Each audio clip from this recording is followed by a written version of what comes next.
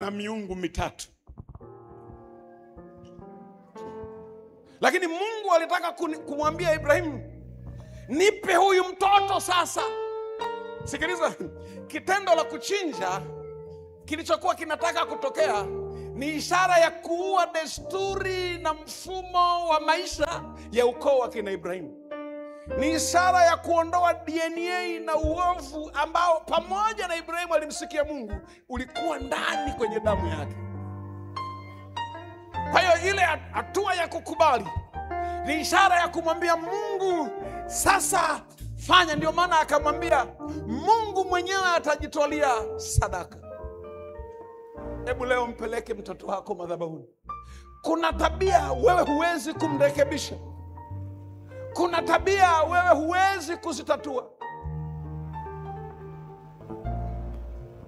Jitahidi sana.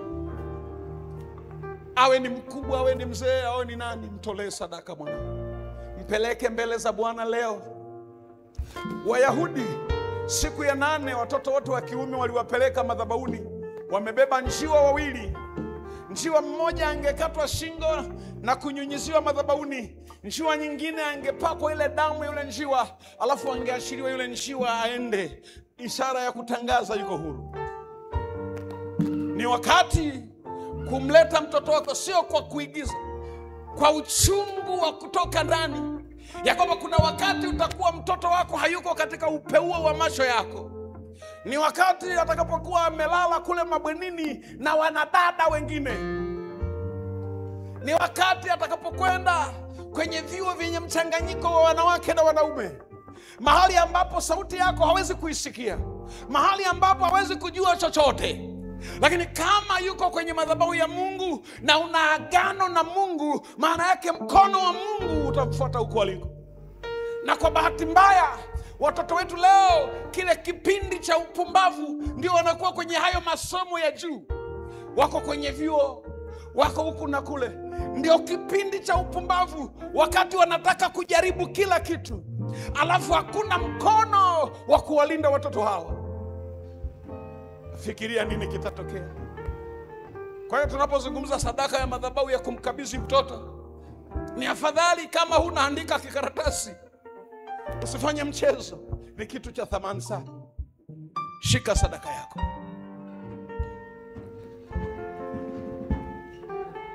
Naomba tusimame wote humu ndani. Wote tusimame. Wale wenye miguu tuko vizuri, tusimame. Haleluya. Shika sadaka yako. Sema, Bwana Yesu, unanijua vizuri. Asante kwa nafasi hii ya sikukuu ya watoto. Watoto leo mambo yao yote yamekuwa safi kwa sababu hawana dhambi ndani yao. Wanafanya sio kwa kujisifu, wanafanya sio kwa kutafuta sifa, wanafanya kwa utukufu wako. Ndio maana tumeshuhudia kila kitu kimekwenda sawa sawa. Lakini leo tunataka tuwalete hawa watoto. Wapo ambao ni wadogo sasa, wapo ambao ni wakubwa, lakini bado ni watoto wetu. Kitakachoharibika chochote kinaharibika. Yuda pamoja na Lawi walipowaua wale watu, walikuwa watu wazima, lakini ule mzigo ulimuumiza baba yao mpaka akasema, hasira yenu siunganishwe nayo. Maana yake mtoto katika ngazi yoyote akiharibika, nimeharibika mimi. Sema, Bwana Yesu nisamehe. Bwana Yesu ni rehemu. Bwana Yesu nihurumie. Kwa jina la Yesu, siku hii ya leo ninaleta sadaka hii ya madhabahu. Si sadaka tu, ni moyo wangu wote. Ninawabeba watoto wangu kwa idadi zao, kwa maisha yao, kwa namna zao, mbele ya madhabahu yako. Bwana Yesu, ninajua ukimwangalia wewe huyu mtoto, hawa watoto, hata mahali sitakuwepo, wewe utakuwepo. Hata mahali sitaona, wewe utaona. Wanadamu katika familia zetu walipokuwa hawamjui Mungu, waliwaambia watoto wao wa kike, kwenye ukoo wetu sisi hatutoi mimba. Ukitoa mimba unakufa nayo. Na wengi walikufa na mimba hizo kwa kuwa waliwakabidhi watoto wao kwenye madhabahu za kimila. Lakini leo sisi hatutaki huko. Tunawakabidhi kwenye madhabahu yako, madhabahu ya mbinguni. Uwezo wetu wa ufahamu leo sisi ni mdogo sana. Watoto tuliowazaa wana ufahamu mkubwa wa dunia, wana ufahamu mkubwa wa kisayansi. Watatembea sana kuliko tulivyotembea. Kama Mungu hautakuwa nao, maisha yao yatakuwa aibu. Kwenye ukoo wetu wataleta uharibifu. Bwana, nakushukuru kuanzia sasa. Ninapomleta mtoto wangu kwa majina yake, namleta madhabahuni hapa, ili Bwana, kuanzia leo uetunze njia yake, imani yake, asiwe na miungu mingine kama wana wa Israeli walivyowaambia watoto wao. Ndio maana wakina Shadraki, Meshaki na Abednego walikataa kuabudu miungu mingine, kwa kuwa walikuwa na agano na Mungu mmoja. Leo ninaweka agano na wewe katika jina la Yesu. Pokea sadaka yangu. Lete sadaka yako.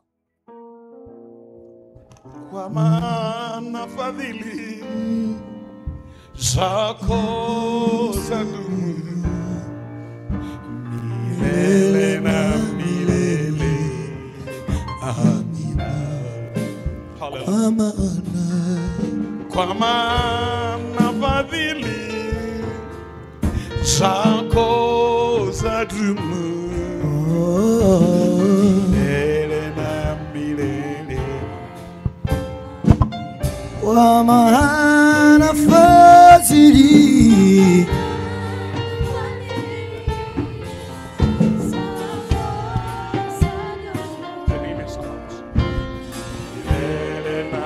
na milele. Amina. Kwa maana fadhili zako zadumu milele na milele. Amina. Milele na milele. Milele na milele. Milele na milele. Kwa jina la Yesu, nimeshika mioyo ya wazazi hao. Nimeshika mioyo ya wazazi hawa wanaoleta watoto wao kwako. Wengine wametoa sadaka za watoto wao ambao bado hawajawazaa, lakini kwa sababu wanajua watazaa, wametoa sadaka kwa ajili ya watoto wao. Rikarabo shandaraba delsko dole bekata labashko dosa ya sakasi berolorosia babala la siris ya nanamana na madolos kokote be adala rika sayaboska daya daska delsko roros. Baba, ninaomba upokee, naomba upokee, naomba upokee Yesu. Wapokee watoto wetu, pokea wajukuu zetu, pokea Bwana. Wasipoelimishwa na wewe, kama yale maono ya mtumishi wako, anajitahidi kumulikia tochi mwanae lakini yuko gizani, ndivyo itakavyokuwa. Watoto watakuwa Ulaya, watakuwa Uholanzi, nani atawasaidia huko? Akili zetu na muda wetu mchache wa kuongea nao kwenye simu hautatosha, lakini tunajua wakiwa na wewe Bwana utawafundisha njia iliyo sawa sawa. Baba, kwa madhabahu hii naomba kuanzia leo, weka agano na watu hawa kama ulivyoweka agano na Ibrahim. Katika jina la Yesu ninakushukuru kwa sababu umetenda, na kila mwenye pumzi aseme amen.